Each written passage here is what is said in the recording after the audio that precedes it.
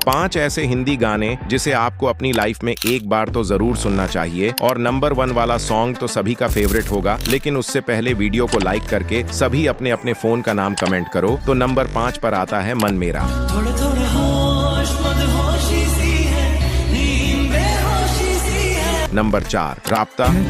खुदा ने इस जहां में सभी के लिए किसी ना किसी को। नंबर 3 फलक तक।